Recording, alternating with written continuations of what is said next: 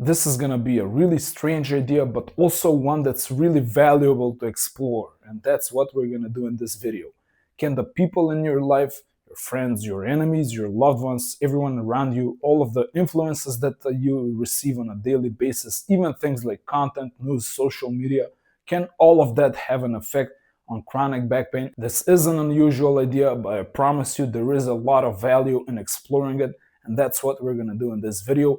Before we get started, do me a favor and subscribe to this channel. We want to get things going here, and in return you're going to receive a lot of great free content on how to exactly heal your chronic back pain, and you're only going to get the stuff that actually works. So hit the subscribe button and let's get started. First of all, how is it even possible that influences like social influences, people in your life, and even the information you receive on a daily basis can have an impact on something like chronic back pain? Well, it's actually possible because chronic back pain is usually, in most cases, it's psychosomatic. What this means is that it has both a physical component, like your back hurting, or maybe an injured disc or a ligament or a muscle strain or something of that nature, but also it has a really strong mental and emotional component, which is where all of the information and like the social input comes into play. I struggled with back pain for 10 years, and during that time I noticed that when I interacted with certain people or when I was in certain social contexts and situations,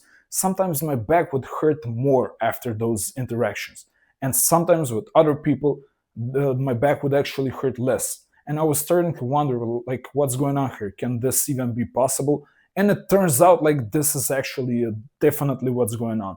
Negative people and toxic people, they have usually a negative effect on your emotional state as well, on your mental state, which is why that often can translate into increased back pain. On the other hand, loved ones, positive people, people who you enjoy spending time with, they can actually have a beneficial effect on chronic back pain and actually reduce it. The same goes for your informational diet and your informational input.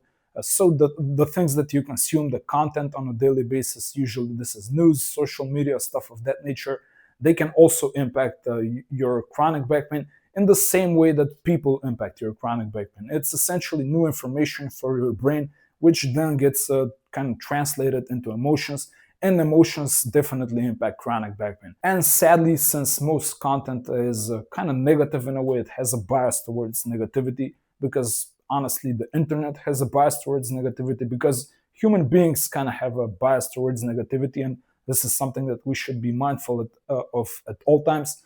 But in general, you're going to discover that if you consume more content, like more news, more social media, it's not really going to help you in healing chronic back pain. Now, how you're going to deal with this and how you're going to incorporate these elements into your life while you're trying to heal and address chronic back pain is going to depend a little bit on your personality.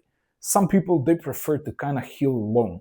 They're more like of the lone wolf type of nature. They don't want to be seen while they're being weak and vulnerable. That was the case with me. I believe I was kind of like that. So I decided to really limit my interactions with most people, honestly, while I was going through this intense period of pain. And that was the right step for me. For me personally, I only limited my interactions with a few key people who I knew would be, at least they would be at the very worst, they would be neutral. They would not really have an effect on me emotionally and mentally. And if they do, it usually it would be a little bit on the positive side. I kind of discovered that I cannot really benefit a lot from nurture and care and empathy and all of that. It kind of made me think about being weak, honestly, and being vulnerable. If you're struggling with a lot of back pain, you know how this can play out. You essentially feel like your body is betraying you and you're really like vulnerable and weak. And when people try to support you, you kind of may feel like they're pitying you a little bit, and that's usually the last thing that you want. You don't want to develop a victimhood mentality here. This is really important. So if you're maybe, let's say, more on the introverted side of personalities, maybe you prefer or you don't mind spending time alone, you're probably going to want to limit your interaction with people in general a little bit. Maybe just a few quick like conversations or text messages to let people know that you're going to be fine, but maybe you're not going to be so available during the next few weeks or months while you address this completely. That's usually a good strategy. If you're more towards the other end of the spectrum, where maybe you enjoy spending time with people, maybe you have more people in your life who are maybe positive and bring you good emotions and joy. In that case, maybe you can rely on them more.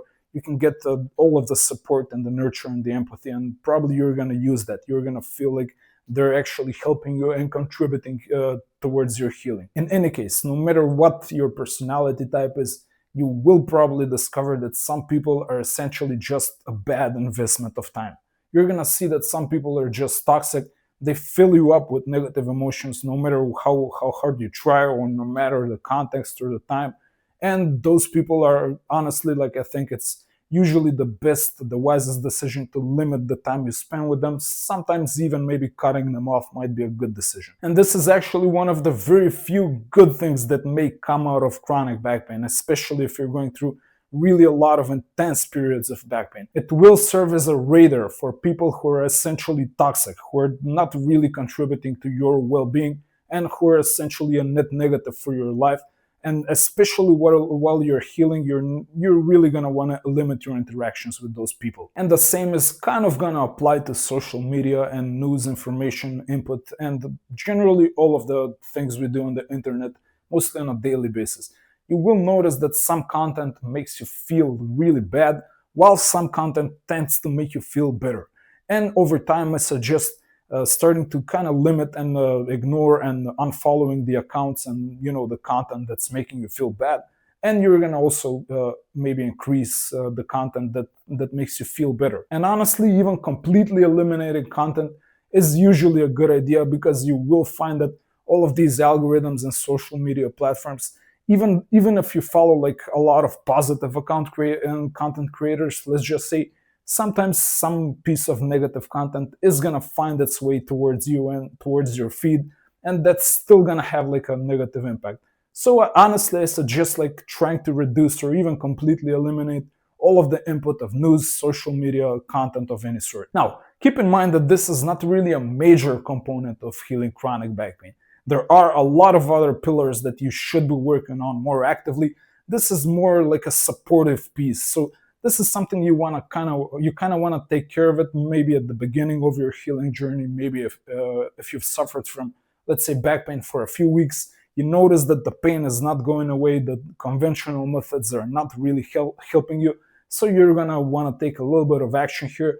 Just limit the time that you spend with the negative people, and maybe like reduce your input of content and social media, and then you can go on and actually perform the actions that will heal your chronic back pain for good. And we talk about those actions in the video that's going to appear above me. Check it out, and also like this video, subscribe to this channel, because again, you're going to get a lot of great stuff for healing chronic back pain. I also have a ton of other resources. A lot of them are free. Check out my free book on healing chronic back pain. Also have an app and a course. I think you're going to find them to be really massively valuable resources in addressing your chronic back pain. So check out the resources, check out the next video. I will see you there. And until next time, be brave.